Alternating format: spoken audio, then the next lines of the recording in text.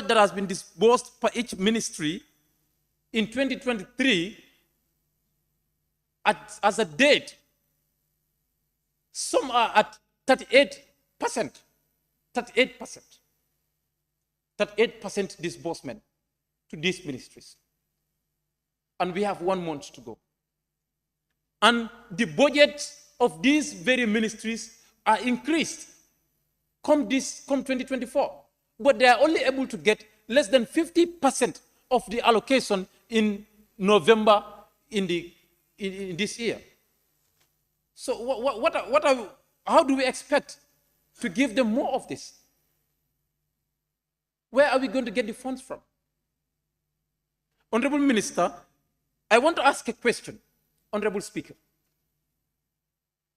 We don't have oil yet. We don't know if we have it. Our oil and diamond is our water, either the underground water and our river Gambia, which is endowed with fresh water. The foreign investors that are around the coast that are using our river water, how much revenue do we generate from this? Because the more they harvest the fresh water from the river, the more the salt water intrudes our farmlands. And when that happens, then we will end up abandoning those farmlands for them, those rice fields for them. So what do we get from them? And they are harvesting these waters from the river. They are harvesting fresh waters from the river. Go around Sierra, this is happening there.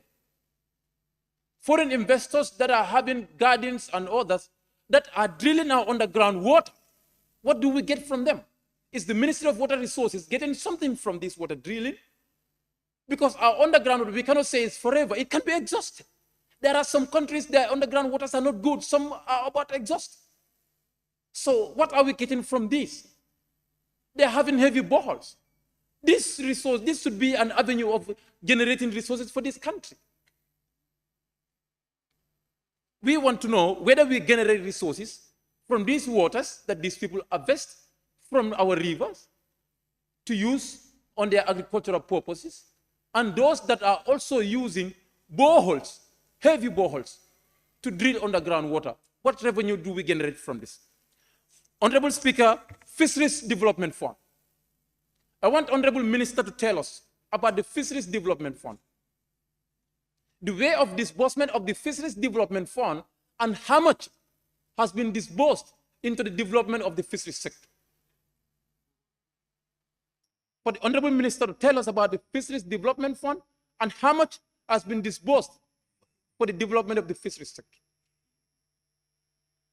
Honorable Speaker, I also want to know, because the fees for the toll bridges is put in a lump sum, because Honorable Minister is bringing a policy for asset recycling of the Senegambia bridge. So it would be prudent if we know the actual collection of revenue from Senegambia bridge annually.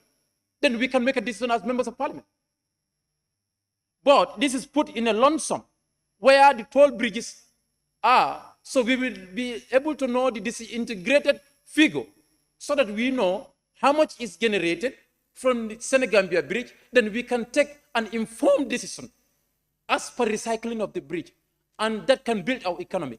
Because if you recycle the bridge, you have $100 million today. Are you going to pump that into the productive sector to build your economy? Or are you going to take it back to the services to fund your recurrent and other things? We are just going to finish the money, but it's not going to generate anything for us. So we should be sure of what you do with the fund when you want to recycle the bridge, and how much you get from this bridge annually. We should be able to ascertain that to make an informed decision about the recycling process.